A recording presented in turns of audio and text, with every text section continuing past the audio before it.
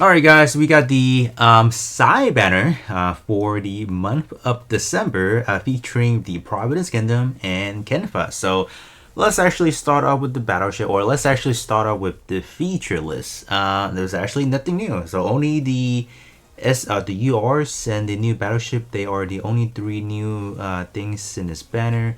Let's actually start out with the battleship. So we have Multa Azrael, the maintenance. So let's check this out real quick.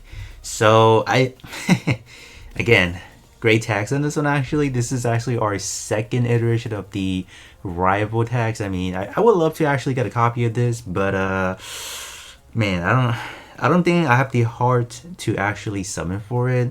It's a great ship, not gonna lie. So it's definitely a good one. We have one already, but what can we do, right? What can we actually do? We'll just have to wait until I can actually get it off in one of these summons. But at that point in time, I'll be like, man, I wish I would have gotten the limited time battleship. That's what I'll say. You guys can definitely quote me on that. But other than that, let's take a look at Providence. Man, oh boy, oh boy.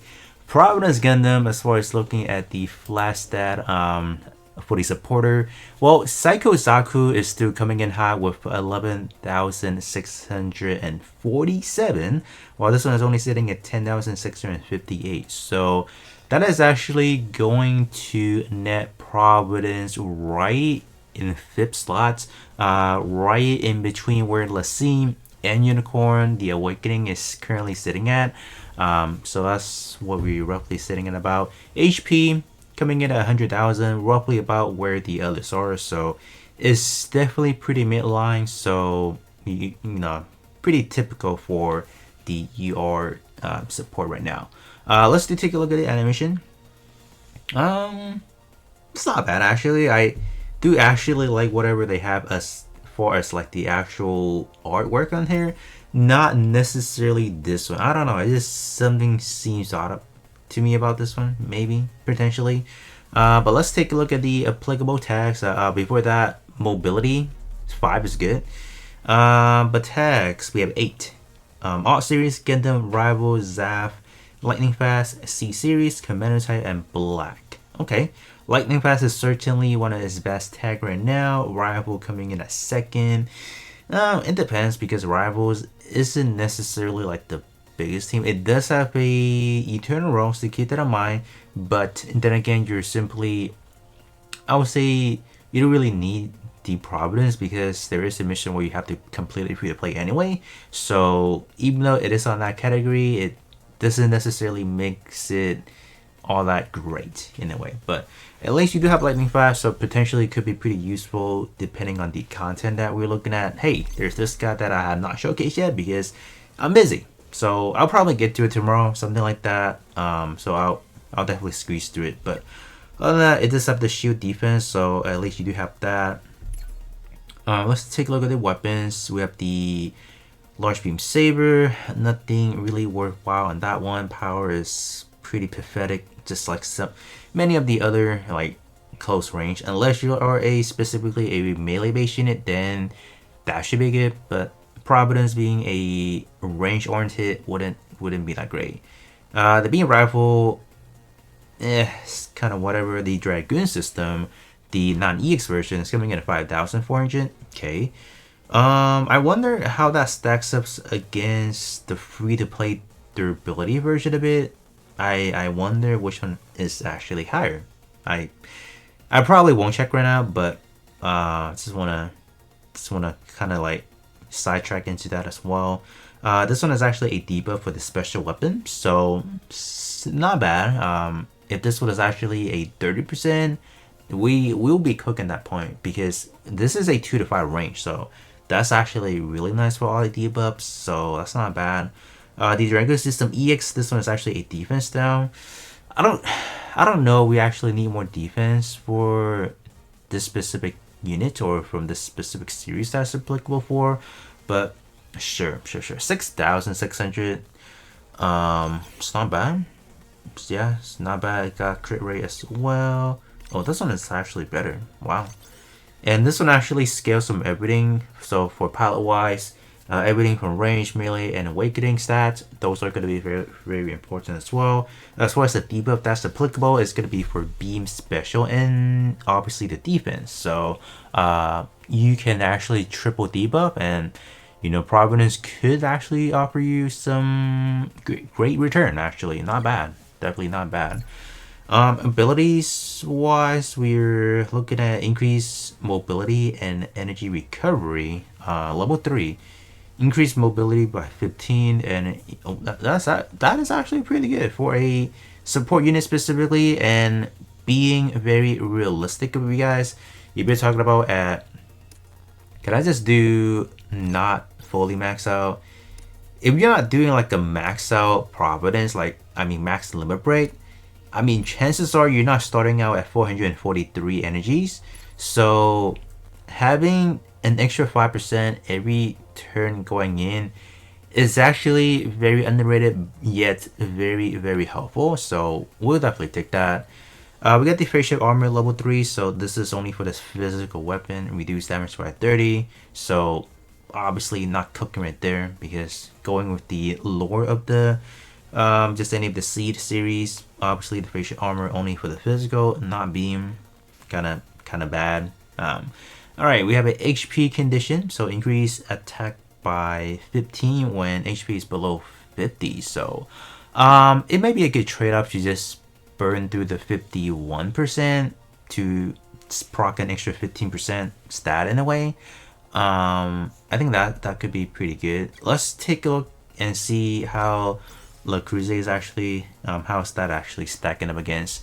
So if you're talking about specifically for range stat palette wise, I would say Darrow from the Thunderbolt is still the highest, coming in at 927, but we can actually slot in Le Creuset right in between Annabelle Gato and Asana. So this one being at 780, it's actually our third highest if you're specifically talking about range and support palettes.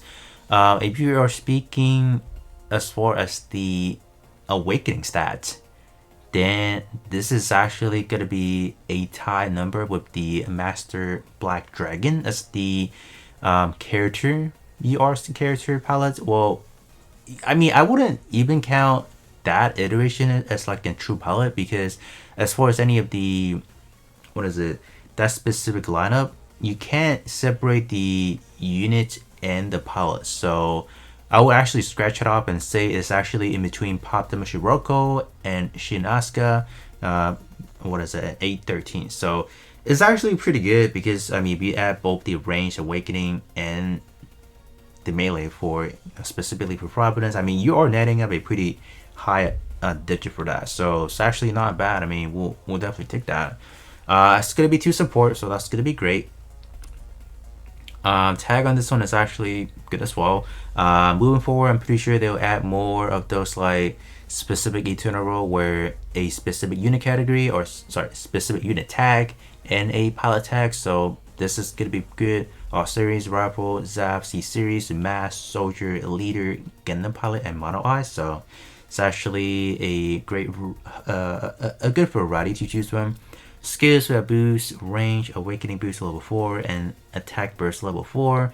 So on a given turn, you can definitely juice the heck out of Providence with the awakening stat increase damage dealt. You should be looking pretty solid right there.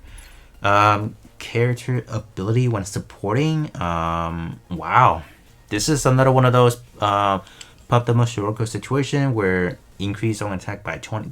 These are the best. These are most certainly the best you can possibly think of. You got a spatial awareness as well, so this is going to be an extra 40% to the awakening stat. That's why it's 813. EX character ability Zaf when piloting Providence Gundam EX. Increase attack and defense by 5 for every unit bearing. Oh wow, permanent. Hoo-wee, Zaf is looking kind of good, right? You have this guy. Oh, sorry, not that guy. You have a lot, right? You have this guy that's actually good for from the fierce assault enemy stage. This is a pretty good unit. um Legends Gundam. I mean, eventually Destiny and Legends are gonna get their own whatchamacallit UR status version of it. So I mean, this tag is gonna get flushed out eventually, right? So I'm not even afraid of this tag right now. It's just gonna get better. Oh, this guy's already in here. Force info. So yeah, I mean, at least you have one that is gonna be a stable in there. So it's not bad. Yeah, this is actually a pretty crack ability to have. Then as far as EX abilities, it's not bad. This one is actually a pretty much one that is actually quite doable. And then lastly, we have increased range level 5. I mean, so far the pilot wise not bad, but I mean, then again, the EX character ability is ties into the unit, so they are kind of inseparable in a way. But I mean, so far I wouldn't call like Providence like game anything groundbreaking, game breaking, whatever. I think it's just doing I would say in line what we're getting. Like, we're not getting any further power crap at the moment. It's just doing what it needs to do, and I mean, that's an easy skip. That's yeah, that's a skip for sure, right? But it's not bad. I would definitely take the pilot though. That's the thing. Like, we'll definitely take like Cruise. Let's take a look at Providence, or not Providence. Kampfer. So Kampfer, let's check out the animation. Yeah, I mean, that's what I would expect from it. Pretty good. I mean, I am actually a big fan of Kampfer, and I'm just gonna do like a quick side I guess like a side story to this as well. Back in the good old days when there is the SDGO game, I think it's the SD Gundam Online. One of my best unit back then that I pulled was actually a B rank Kampfer, and bro, this unit was actually carrying me because of the ability. I think when we get skill 2, I think we have to fall below like 40% health or whatever. The giant bazooka is actually unlimited ammo, so you can just quick spam that thing. So back then, that's why I did actually like the Kampfer a lot, actually, just because of that. So just a little bit of a quick story to that. But anyways, transitioning back into the game, stat wise for Kampfer, again, pretty midline. 13,000 is nothing to praise about. It's definitely, I would say, a little bit lower than expected, I would definitely say. Because the high end we're talking about Crossmo X1 at 14,000, while the lowest, I mean, the lowest you can get up to like 13.2. So the fact that this one is like 13.3, yeah, that actually sits right in the middle of the pack, so it's not that great actually. So let's take a look at the tags. This has 5 movements, so that's good. Oh, it's in lightning fast as well. And test type, we do already have a pretty good ship for that. Lightning fast, you guys already know this tag is constantly getting buffed, like literally like every other week, I would say. So this tag, I don't think we're not short of like any support. So weapon, there's a barrage and 1 ammo. I mean, this one is kind of like a hit or miss. It's situational in a way. It can be good, but so right now I wouldn't have much to say on that actually. The stern fry is not much actually, being a 1 to 3. Pretty mid stats. Chainmine is pretty mid stat as well. Yeah, so the only thing you have really going for is just the shotgun EX actually. It scales off from everything, range, melee, awakening. Debuff is going to be on physical and special, so you can do a 3-piece combo debuff, so that should be nice. Lastly, the shotgun is going to be a 2 to 4 range, but power is absolutely low. Ability, increase attack by 15 when condition is vulgar condition, so extra 10% stats when vulgar is max or higher. In stages where you have small grunt to take care of first, well, you know, this unit is definitely going to be pretty good. But any stages where there's only like, let's say 3-4 bosses or even 5 bosses where you can't just one-shot them. Well, you're not getting the Vulgar up then. Unless, unless the character have something in his sleeves that increase Vulgar, then that's a completely different story. You also do have increased evasion as well, so you do have that going on by 5%. So let's take a look at the pilot and see what's going on. Mahel, is that, yeah? Okay. Melee stat on Mahel is actually, range is actually the second highest, coming in right after the DPS version of Annabelle Gato, the one that's piloting New Zeo, and then right on top of Shiro Amada from the Easy 8. As far as melee stat, melee coming in at 682 is, we're not going to mention it because it's absolutely horrendous. So melee stat is the only thing that has going on. The awakening stat, not very much. So if you add up all the three categories like range, melee, and awakening, I mean, it should be pretty decent, but not high. So I wouldn't say low, below average in a way. If you add all three of them together, reaction, is reaction high in this guy or nah? I don't know. But anyways, tag on this one only has 5. UC series, Zeon, soldier, veteran, and 1 mono eye pilots. Skill, you do have the MP up, so at a cost of 3 SP, you can get up to 6, or you can use use 2 of that, get it all the way to 12. So you do have high speed as well, so you can get extra movement as well, and we have a range boost level 4 as well. So there's that. Nothing too crazy, I would say. Is pretty standard package, so sure. Increase own damage by 15, increase range by 20, and Xeon. Alright, so you have this already. So you're starting at 6, so presumably you do want to activate the MP up, so you have it all the way max, so you get the extra stat. So there's that. This is actually absolutely bad. That's terrible. I know the EX skills is actually from the 3, but come on, man, you could have stacked everything on the range and you'll be good. I don't know, but yeah, it's not, definitely not anything too groundbreaking, unless people are testing it out and be like, oh my gosh, it's actually good. And there's only one chest stat. Just want to mention that as well. So pretty bad, I would say. I wouldn't say every pilot with one chance stab is bad, but I mean, unless you're doing like a bajillion damage on just one singular attack, then obviously it averages out. But I mean, other than that, I think, yeah, definitely skip banner. Definitely no need to summon it. I don't think there's anything remotely too groundbreaking that we're seeing right now. So yeah, definitely save until the Christmas, I would say. That's definitely the most important thing.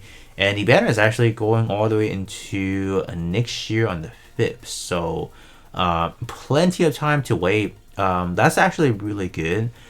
And it's just the fact that they're extending the banner for that long. But the problem I'll have with that is that means you're not really getting Providence or Kampfer into whatever banner after that, right? Because you can't really drop these 2 banner unit onto, let's say, the next limited time banner unit when these unit hasn't really expired yet or gone. So it's definitely like a double-edged sword. Same thing for this banner right here. So if you're not getting Cassid, or I'm sorry, if you're not getting Penelope right now, well, you're gonna have to wait into March banner. So that's kind of like the caveat right now. But yeah, other than that, I think that's gonna be it for me, and I'll be catching you guys all on the next one.